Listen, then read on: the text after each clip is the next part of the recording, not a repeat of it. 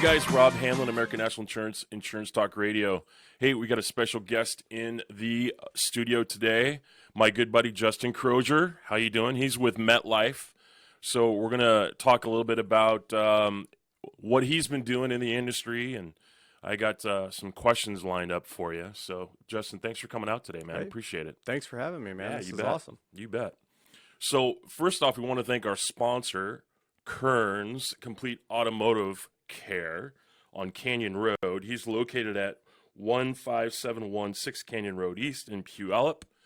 Go see him for all of your automotive needs. If you need a oil change or if you need a transmission flush, go see Kern. He'll set you up. That's actually my mechanic too. Yeah, I'm Ironically. actually going to get my oil change there tomorrow. So Right he does a great job. Yeah. He does a great job. So you can actually find Justin and I every week on Tuesdays from 11:30 to 1 at Ignite U in Lakewood at the Great American Casino. Great American Casino, right? Yeah. Yeah. Yeah. I was thinking it was Muckleshoot, but I stand corrected because I drove by there today. And every Friday morning from 7:30 to 9. So if you got questions or you want to come see us there, come out and have breakfast or lunch with us, and Justin's buying. Yeah, seriously. Hey, so, Insurance Talk Radio, I had this going on when I had the radio show, and then, their radio station kind of dismantled, and then they had us transition into a podcast. Yeah. So I wanted to bring you in and talk a little bit about your background and what you've been doing, how you got into insurance and everything. So, and you grew up here locally? Yep. Okay. Grew up in the Puyallup-Spanaway area. Cool. Yep.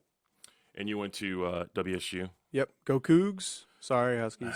Yeah. Well, I'm okay with that. I grew up a Husky. I just happened to make a different choice. My dad was a Husky as well. So Right on. but we have a little bit in common because you almost went to UNLV. Yep. Was dating a girl in college and was going to follow her to UNLV, and we broke up, and I took a hard left and went to WSU. Man, that's a trek. Yeah. That's a trek. So you went to WSU. What was your major? What did you study? Advertising. Advertising. And now you're in the insurance business. Yep. How did that all come about? I was actually I was planning on moving either to Chicago or New York, and my family is very close, a little invasive sometimes. Sorry. But they didn't want me to move away, so they said, hey, we got a friend of ours, but his name was Dwayne Spurl. He was an agent for Liberty Mutual, and they were hiring at the time, and he basically brought me in and kind of showed me what he did, and I said, this is great, and so I applied and got the job. Nice. And how long have you been in the industry now?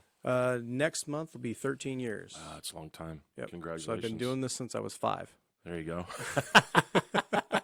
Now, not all with MetLife, though, right? No, so I started out with Liberty Mutual. I was there for about 6.5 years. I had a 2.5, 3-year stint with PEMCO. I probably got the math wrong here. And then took a little bit of time off and ended up at MetLife. Nice. Yeah. So have you always been on the property casualty side? Yeah. Okay. Yeah. All right. Never dabbled in the employer benefits or anything like that? So I did that through Liberty Mutual. Oh, okay. So and that's what we do now as well Yeah. through MetLife, but we just do it on the property casualty side. Nice. Yeah. Nice. So what interested you in the insurance business?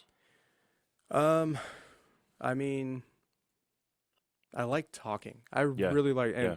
I started out as a car guy. I really liked talking about cars, so I figured I might as well make some money doing it. Sure. And now I've kind of transitioned to just really loving about talking about homes now Yeah. as well. So, yeah, that's basically just I had an interest in not so much the product, Right. but what the product was covering. Right. And how it helps people. Yeah. I think that's the one thing it was for me was how many people can we help in doing what we do, Yeah. to ensure what they're investing with their family in and, their purchases and keeping them, Yeah. covered, so to speak. Yeah, people You know, work really hard yeah. for their things. Exactly. And if something happens, they want it replaced or some sort of financial replacement for it. Yeah. Yeah. It's, so you've been with MetLife. Yep. And so how are things been for you at MetLife there? Talk a little bit about that. I absolutely love it. So this is the first time where I've actually run my own agency. Oh, nice. I've always been an employee, employee X, which I never really fully enjoyed. Yep. So now I can kind of make my own schedule. I mean, you know, if I was an employee somewhere, I wouldn't be able to be here right now. Right. So I have a boss who kind of oversees me. It's a similar setup that you have. You run your own shop, you run your own finances. You basically make your own schedule, and I love it. How about you? How are you liking American National? I'm loving it. So it's kind of like you've got a mentor who kind of helps you with putting together your agency and you know, sitting down with them on a monthly basis and seeing where your direction is, what your goals are, things like that. Yeah, it's similar to what I'm doing as well. Yeah, Right on. and it's fun, you know, because I have the same background similarly to you in that I've worked for people and built their book of business. Yeah. You know, over the last 20 years. Yeah. And you know, I thought it was time to do something different, to do something for myself. Yeah. So that's when I came with American National and had the agency opportunity. So, and it's a blast. Yeah. And like you're saying, we wouldn't be able to be here today if it wasn't for the fact that we had the opportunity to own our own agencies. Yeah, absolutely. Yep. So what do you find the most rewarding about the business from your experience? The last 13 years. It sounds really bad. It's usually when a claim happens. Yeah. Not that I don't want my clients to have claims. Like nobody does. If you don't want it, I don't want it. But when a claim has happened and you know that they've been taken care of, so it's not. You don't get a phone call 100% of the time. Oh my God, thank you. Yeah. That was great. Yep. Some people, they might have had a great experience. They don't tell you, but those are the moments where you're either delivering a life check or their house burnt down and they come back and now they've got a brand new house. Yep. Things like that. Yep. It's rewarding because then they know that you're there for them no matter what happens, whether it's a birth of a new child, marriage of a daughter, you know, we're always there. And it's a relationship-based business. Yeah, absolutely. You know? And I think the thing about it for me is being able to help those people understand what the value is that they're bringing into their household. Yeah. You know, with what we do and what we talk about. What would you say, Justin, is the most challenging part of the business for you?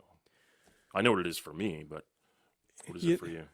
Not everybody finds a huge value in insurance. Yeah. So on the frustrating side, and I'm sure we're kind of like used car salesmen. Yeah, well, you know, you have all this knowledge and you've seen things happen, and it's hard to not just like, I don't know, info dump on them. Yeah. Yep. But when I get that one person who they just bought a $70,000 car and they want state minimum liability limits, that drives me nuts. Because the car payment's expensive and they want to save $20 a month on insurance, and you're like, you're only covering the front portion of this vehicle if someone hits you. Right. That's the most challenging. Is when you got just give me the cheapest available. Yeah. Like, okay, but you're not gonna like it. Right. Yeah, I've run into that a lot, and it's, you know, I don't think they really understand. They're trying to save money, and I understand that. Yeah. You know, but I think we do our best to let them know that, hey, if this happens and you're out there and you're going to hit a $75,000 Mercedes and you have $25,000 in property damage on your insurance, where's the other $50,000 going to come from? Yeah. Well, your pocket. Yeah, you're not really gonna you're not gonna remember, but man, I saved $15 a month. Right. It was amazing. Oh, now you're garnishing my wages. Oh, right. Okay. Exactly. But I save money on insurance. Exactly. Yeah. And that's the same for me. It's frustrating in that aspect because we're doing our best to help them understand what we do. Yeah. And we're there to help them, and they look to us as their trusted advisor. Yeah. And sometimes it's frustrating when, you know, they don't always agree with what you're telling them, either because they don't want to or they just want to overlook it at that point. But, and I understand about saving money. Well, we're human. We shop. We buy insurance too. We've got budgets. So exactly. Yeah. So what would you say the strangest thing is that you've had to insure, or the strangest thing that somebody's called you about to insure? I wouldn't call it strange. So uh, I had a family down in Portland, and they called to insure a house that Hmm. was on the water, on the river, but it wasn't a house. There was an old ship that they cut in half, doubled in size, and made like pontoons underneath. Yeah, He knew how much it cost. It was 1.3 million to rebuild this thing. But on the insurance side, we needed to insure it for closer to 2 million. sure. He didn't quite understand. I mean, I'm like, you're the builder. Yes, I understand. You built it. But we're not going to have you rebuild it. And if this thing sinks or something happens, you're not going to want to go back out there. You're going to want us to put you up somewhere. So this is our cost to have another company do it. Sure. That it was about $1,500 a year for that policy, Wow. which I thought was insanely cheap. So yeah, I would say that's probably that's not even with a carrier that I'm with now. That was Yeah. a previous employer. But that was probably the weirdest thing I've had to look at because they had portholes and stuff underneath. So it's kind of like post and pillar type structure, right? Yeah, but it's like Yeah. floating on the ground, and part of it was below water. They had Oh. portholes in it. It was That's an interesting one. it was cool. Yeah, that's really interesting. How about you? I would say the oddest thing that I've had to deal with is somebody asked me to insure. They bought a Bengal tiger and asked if we could insure it, and I'm like, well, I've never had that happen, and I was not able to do that. Dobermans can't do Dobermans, but Right. Bengal tiger, Bengal no tigers, problem. absolutely. Not on the underwriting checklist. 10,000 in liability on your coverage if we don't, put it as an endorsement. We actually talked about one thing a couple weeks ago that was kind of a Oh yeah, frustration. I got a phone call Yeah. from a guy who wanted to insure one of those old parking enforcement Yeah. little in Thailand, I doohickeys. think Yeah. they call them tuk-tuks or something. Yeah, yeah. Yeah. And for the life of me, I couldn't get it anywhere. And I called Yeah. you to see if, on your end, Yeah. you guys had anything that would fit in that market, but So nothing if you're at all. out there Yeah. and you can insure a vehicle, let us know. Yeah, absolutely. So what's MetLife really good at? What are some of your niche markets that you like to go after with MetLife? Home insurance. Yeah. I mean, and I know I brought that up. So the main thing is we have uncapped replacement cost. Oh, nice. So for markets like Seattle and Bellevue and Issaquah and things, like if you've got a home that has a really high value, we're really good in that market. So essentially, I would say 300,000 to rebuild or more.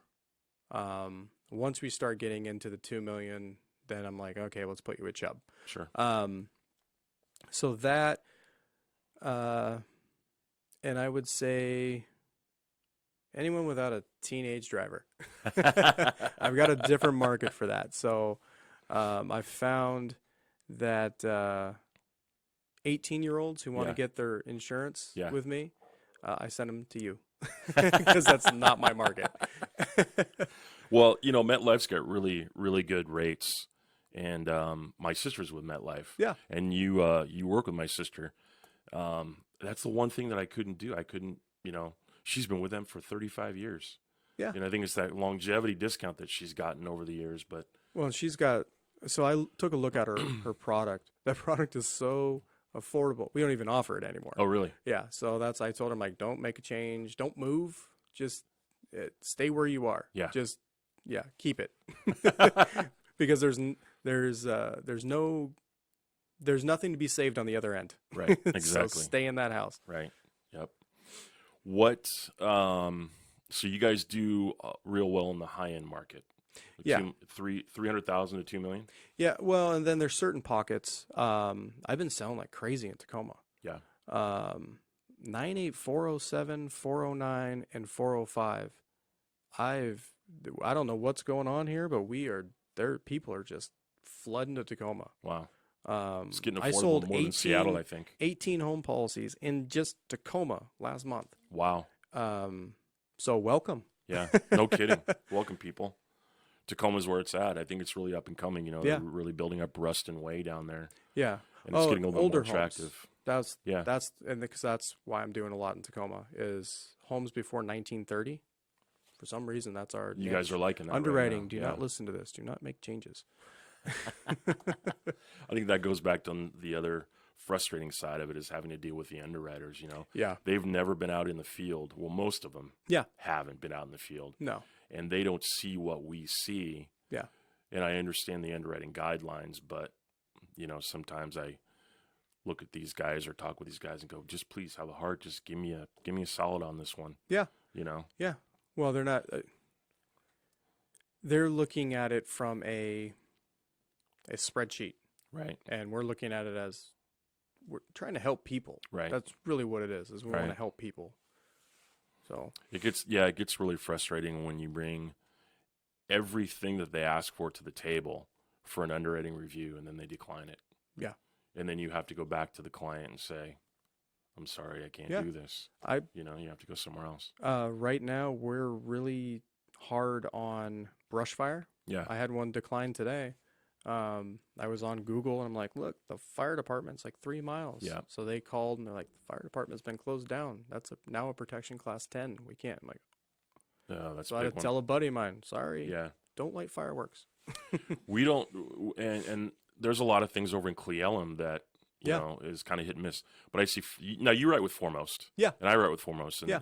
it looks like Foremost is really writing a lot of coverage over there. Yeah. So besides MetLife, now you're not a captive agent like I am. No. I write with American National, of course, Progressive, Mhm. Foremost, American Modern, Mhm. and then I've got, the surplus lines markets that Yeah. everybody's got access to. But who else are you able to go out to in your marketplace? So MetLife, I have a direct appointment with Safeco, Hartford, Travelers, Progressive, Foremost. I don't know if I said Foremost. American Modern's one of Yeah. them. And the list keeps going. I mean, Dairyland. It gets bigger and Um, bigger. There's the primary ones that I'm Yeah. usually working with. Right. Yeah. So I mean, and then on the commercial side, it just Yeah. really gets more in depth with Progressive or MetLife. We now have a commercial product. Did you not before have a commercial product No, with so MetLife? this is the last 3 years, MetLife. So most people probably noticed our logo has changed a little bit. So MetLife was one of those companies that got too big to fail. So they were going to try and turn us more into a bank. So we kind of split, put the life on one side and auto and home on the other side. So what that did is it allowed us now, instead of just selling MetLife life insurance, now we broker life insurance through Really? multiple carriers. Interesting. So to replace that, just having the life product that became Bright House Financial, now we're doing commercial insurance to kind of make up, just essentially grow again. Yeah. So And they got rid of Snoopy. yeah, we got rid of Snoopy. Sorry, fans. That's the one thing I remember. Now, MetLife's never been captive. They've always been on the independent side, haven't they? Since I've been there, Yeah. yeah. And when I started, I was independent as well. I Mhm. wrote with, Travelers, but I didn't write with MetLife. It was Travelers and Mutual of Enumclaw Yeah. and all those guys. But now we're finding that there's so many carriers out there. Mhm. It's too many choices can be confusing, I think, for a lot of people. Yeah. Yeah, Yeah, do absolutely. you find that? Yeah, so, well, and I'll get this people when I try to explain to them that I'm like, okay, I'm not like 15 minutes or Right. it takes me some time because I got to figure out who's going to be the best fit for you. I'll get people who are like, well, what about that carrier? Oh, what Yeah. about this carrier? I'm like, well, you can get on the insurance commissioner's website and do some research on them, but I don't work with fly by night insurance carriers. That's not Right. how we do business. Right. Exactly. So, So if anybody wants to get a hold of you, where can they reach you at? And you have an um, office in Seattle too, right? I do. Yeah. I do. So I'm all over the place, just like you. So my office is in West Seattle off of Harbor Avenue. But you can reach me 206-473-2170. If you get on Facebook /Your MetLife Agent, that's I was able to capture that. I don't Nice. know why, but That's a good one. I'm very responsive on that. So Facebook is a really good place to catch me as well, Right on. or email. Right on. So, why do you think most people don't understand the need for insurance, i.e., life insurance specifically? Well, And I'll give you an example. yeah, go. I have a friend who, wrote his home, his auto, his umbrella, Mhm. and he's a single dad, 2 kids, Mhm. and we talk about life insurance, right? The Okay. need for life insurance because he didn't have any. Yeah. He said, "Well, I have it through work." I was like, "Well, that's 1 year salary. When that runs out and you're still gone, what happens, right?" Where do your kids go? Yeah. And so, just basic was, well, I can't afford it. Understand that. Mhm. And then you call him, then I get a phone call probably about 3 weeks later. "Oh, Mhm. bought it in Harley Davidson. I need it insured." Yeah, something doesn't sit quite right. Yeah. So, we do our job to explain the need. Mhm. And it seems like people run away from it. They don't run to it. I think it's an uncomfortable, like my wife, I've been doing this I was an insurance agent when she met me. So Yeah. I talk about death all the time. It's not, I don't get emotionally attached to it. I just Yeah. know what happens. Yep. So even if I talk about life insurance or our life insurance Yeah. and one of us dying, she gets all like emotional or kind of like, oh, I Yeah. don't want to talk, uncomfortable. So I have to remind her, like, look, I'm going to die someday. That's just a reality. Right. I don't want to be here forever. I'm not selfish. You're going to die someday. So we need to have something in place that if we don't die at the time that we think we're going to die, that the 2 little ones that are walking around our house aren't living on the street. Right. Or having to live with a loved one, but now we put a financial burden on them. Right.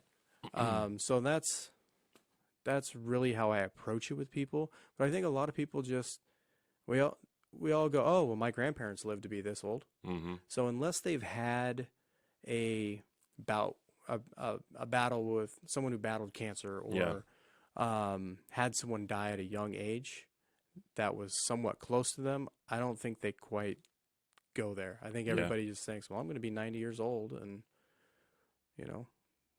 that's when I'll go and I'll have no debt then. Yeah, exactly. And I think that's what it is. Yeah.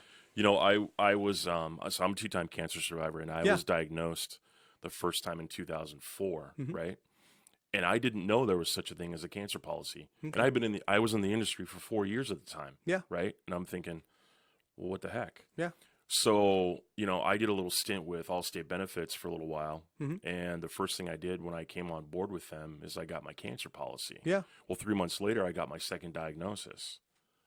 Well, it was a good thing you had the policy, Yeah, right? exactly. Paid me, like $47,000. Yeah. And I was out of work for, Yeah. almost 6 months to a year. Yeah. But it helped pay the bills. So, guys, you never know what can happen. Yeah. So it's that little investment, I mean, it was $15 a month. I spend $15 a week on coffee, Yeah. Yeah. to buy that. But it I just gives your family peace of mind to know that no matter what happens, Yeah. you're taken care of. So I'm going to give an example of something that is kind of a personal testimonial. So my sister, the one that you work with, so she lost her husband to stage 4 esophagus cancer. Okay. And they were the type of people to be insurance rich. Mhm. Okay. They were so insurance rich, and she's not going to like it when I talk about this, that they couldn't pay the bills. Okay. So they decided that they were going to get rid of some insurance products, Uh-huh. and the life insurance was one of them. And I tell my wife, I mean, we're human. We've had our when they deleted my program from PEMCO, Yeah. I went into work one day and found I didn't have a job. Yeah. So we started going, oh my God, what are we going to do? Right. We just went from here to here. Yep. And life insurance came up and I said, no, we had a 6-month-old little boy at that point. I said, that'll be the last one. I'd rather drive around without auto insurance than without Yeah. life insurance. The Yeah. car is just metal. Right. And if we have nothing to give, Right. but y- so you can get a second chance at any other policy. You never get a second chance at life insurance. Exactly. So when you need it, it's too late. Auto Yep. insurance, you can recuperate Right. for the most part. You can replace a car. You can't replace a life. Yeah, exactly. So, well, we are coming to the end of the show, man. And let's talk about what you like to do a little bit as your hobbies. You like riding four-wheelers. I do. I love it. It's So- my midlife crisis. That's why I got a nice life insurance policy. How long you been riding these things? I just checked the hour meter. Yeah. 16 hours is the 2 years, but I have 18 hours of seat time because I was Right. on a buddy of mine before. But yeah, it's kind of weird to think that I have that little experience and now I'm out racing them. So, Are your kids kind of like wanting to get on with you and oh yeah, they want their own? so I'm the guy in the neighborhood that the neighbors kind of like, but kind of don't like. So I have a very loud, fast four-wheeler. There you go. And my son is the cautious one. I popped a Yeah. wheelie with him on the front one time, and he will not get on it again. My 3-year-old, of course, they wear full gear, Yeah. but she's the one who's like, "Let's do it again. Let's go." So That's she's awesome. gonna be the wild child, but my son's itching to he keeps looking him up like, "Hey, I want that Yeah. one." Have you ridden motorcycles or just the four-wheelers? I've ridden on the back of a motorcycle, but Okay. I've never actually been on the road on one. Right Yeah. on. So you got any races coming up that you're doing? My next one will actually be in September. The kids' activities are kind of taking over my activities. So I'll be out at Washougal National Track in the second week of September racing, Where's Washougal at? down by Vancouver, Washington. Oh, okay. Oh, Yeah. Yeah, I just drove through there, Yeah. but I didn't pay attention to the name. Yeah. No, that should be fun. Camas area, I believe. Oh yeah, Yeah. yeah. Down by oh man, now I'm having a brain fart. Thanks a lot. Appreciate that. Down by Vancouver. Let's just say that. Yeah, Down yeah. by Vancouver. So Ridgefield. that's what I was thinking of, and I couldn't think of it. So anyway, so you do that for a hobby. Do you do anything else? You play golf? Do you do anything Golf. fun stuff? Played baseball for a long time. Right now, I'm remodeling a house, so I actually really enjoy that. I didn't think I was going to. I just thought it was just going to be endless Pinterest projects. Yeah. But now I'm to the point where I'm so used to doing projects that I go, "Hey, you didn't send me anything. What am I doing this weekend?" So yeah, that. I mean, our family's always outside, so bike riding. We're Yeah. gonna go to Sun River for a week, ride our bikes and Right on. stuff like that. Sounds like you keep him busy. You know, I follow you on Facebook, and I see you've done a lot of stuff in your yard. Yeah. You painted a fence. Yeah. Your wife didn't like the color though, or something like that. No, she Or she this? liked the color, but Okay. she doesn't like the posts in front of our Oh, it house. was So the now post, the okay. posts are gonna match the fence. Love you, honey. Hey, you got to do the wife duties when they call to it, right? Yeah, absolutely. Yeah. It's kind of like mine. She when I go on a business trip, there'll be a new wall painted in the house that I'd never seen before. Yeah. And she's like, "Well, I can get more stuff done when you're gone." See, because she's the one who does all of the mechanical stuff. I'm not mechanically Yeah. inclined. I know how to cook. Yeah. So I'll call you up and say, "Hey, Justin, you know how to do this. I'll cook you a steak dinner if you come fix it for me." And all my friends are like, "Yeah, I'll come do it." Yeah. Yeah. So my wife likes to shop. She swears she doesn't. So I'm to the point where I take pictures as I'm going. Like when I leave town, I'll take a picture of the room. And then randomly, like a week later, I'm like, "Where'd that come from?" And she'll Right. go, "Oh, that's been there for a week. You just don't pay attention." I'm like, "No, it wasn't there. Look, I It took was a in the picture of storage it." room. Well, hey, man, thanks for coming out today. I appreciate it. Yeah. It's been a blast, and I look forward to doing some more stuff with you. Yeah. And let's thank our sponsor. So Kearns Automotive. Kern, thanks for being our sponsor. If you need an oil change or any automotive work, go see Kearns. He's out on 13716 Canyon Road in Puyallup. And he does great work for you. And he even puts a bottle of water in your car when Yeah. you're done. That's And he's really got a good cool. referral program as well. He does too, a good referral program. If you refer anybody to him, in fact, if you guys go see Kern and you say you saw the announcement on the podcast with Rob and Justin, he'll give you a $25 gift card off of any service that he's going to do for you. Yeah. So, Kern, thanks for being our sponsor. Justin, thanks for coming out again. I appreciate Yeah, it, man. thanks It's for been having me. great. Yeah. We'll have to do it again. Yeah. All right. We'll see you guys later. Have a great day. Later.